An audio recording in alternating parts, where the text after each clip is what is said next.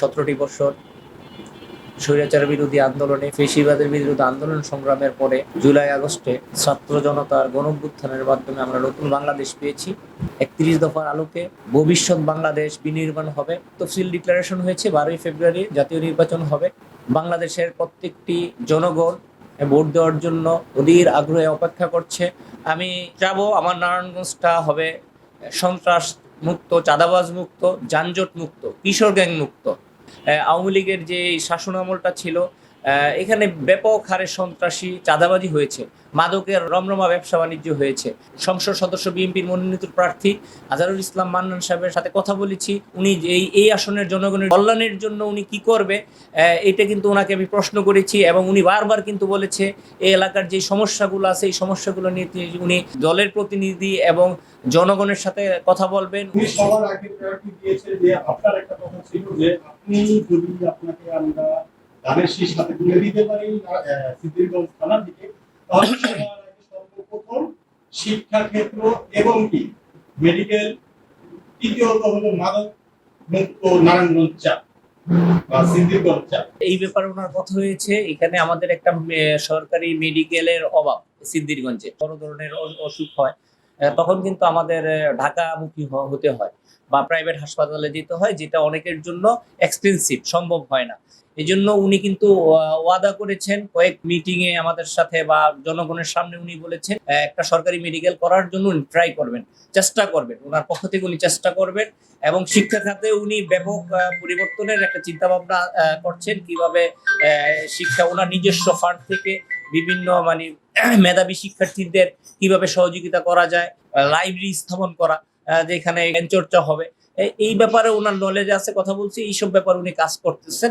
ইনশাল্লাহ উনি যদি জনগণের প্রত্যক্ষ ভোটে মাধ্যমে উনি নির্বাচিত হতে পারেন, ইনশাল্লাহ এইসব শিক্ষা, স্বাস্থ্য, মাদকের বিরুদ্ধে, অন্যায়ের বিরুদ্ধে উনি যুদ্ধ ঘোষণা করেছেন এবং মানুষের জন্য কল্যাণকর যেই সব কাজ, সেই সব কাজে উনি জনগণের সাথে থেকে কাঁধে কাঁধ মিলিয়ে জনগণের পাশে থেকে উনি করবেন।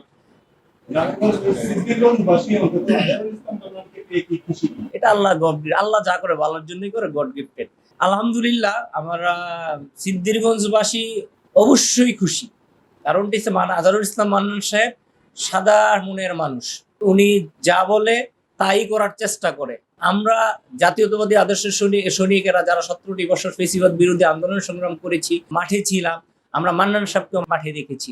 একটা কর্মী জেলে যাওয়ার পরে জেলের থেকে বের করে আনার জন্য আইনজীবীদের মাধ্যমে এই চেষ্টাগুলো উনি করেছে, আমরা দেখেছি উনি দলের জন্য কতটুকু নিবেদিত ছিল। জাতীয়তাবাদী দলটা অনেক বড় দল, এখানে অনেক একটু এমপি হওয়ার মতো একটা আসনে অনেক প্রার্থী থাকতে পারে, যোগ্য প্রার্থী থাকবে, কারণ সকলকে দেওয়া সম্ভব নয়, দিতে হবে একজনকে। দল যাচাই বাছাইয়ের মাধ্যমে যাকে ভালো মনে করেছে তাকেই দল দিয়েছে। বিগত ফ্যাসিস্ট বিরোধী নির্বাচনের আগে যে আন্দোলন সংগ্রামগুলো আমরা করেছি, সর্বোচ্চ 150-200 লোক নিয়ে আমরা মশাল মিছিল করেছি, জীবনের রিস্ক নিয়ে করেছি, আন্দোলন সংগ্রামগুলো করেছি। চাওয়া থাকতেই পারে আমাদের কর্মীদের, যাদের সকলেরই নিজস্ব একটা কর্মী বাহিনী আছে, তাদেরও চাওয়া থাকতে পারে আমার নেতা এমপি হবে। কিন্তু আপনারা এখন হাজার হাজার লোক নিয়ে মশাল মিছিল করেন রাতের অন্ধকারে, এখানে আওয়ামী লীগের লোক সাথে নিয়ে করেন না অন্য সংগঠনের লোক সাথে নিয়ে করেন, এটা আমার মনে প্রশ্ন জাগে।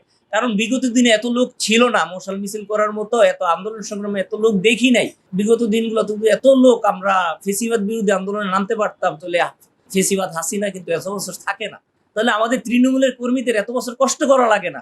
তো ওই এখন আপনারা ঐক্যবদ্ধ হয়েছে, ঠিক আছে, আমি সাধুবাদ জানাই যারা এই উদ্যোগটা নিয়েছেন। এই উদ্যোগটা যদি আরো 10-15 বছর আগে নিতেন, ঐক্যবদ্ধ এখন হয়েছি, ইনশাল্লাহ এই ঐক্যবদ্ধটা ভবিষ্যতে জানি থাকে। এবং সকলে মিলে ষড়যন্ত্র হচ্ছে বাংলাদেশটাকে নিয়ে, গুপ্ত সংগঠন ষড়যন্ত্র করছে, হাদির উপরে হামলা হয়েছে, চট্টগ্রাম মহানগর বিএনপির সভাপতি উনার উপরে হামলা হয়েছে। এখন দিন শেষে ষড়যন্ত্র হচ্ছে বাংলাদেশকে নিয়ে। যারা বাংলাদেশকে ভালোবাসি, বাংলাদেশের মানুষকে নিয়ে আমরা কাজ করতে চাই, আমরা আসুন ঐক্যবদ্ধভাবে ষড়যন্ত্র রুখে দেই। আমরা আবার ধানের শীষের জন্য ঐক্যবদ্ধভাবে মাঠে নামবো, ধানের শীষকে বিজয়ী করে আনবো। আমি সকলকে এই আহ্বান জানিয়ে আমি আমার বক্তব্য শেষ করছি।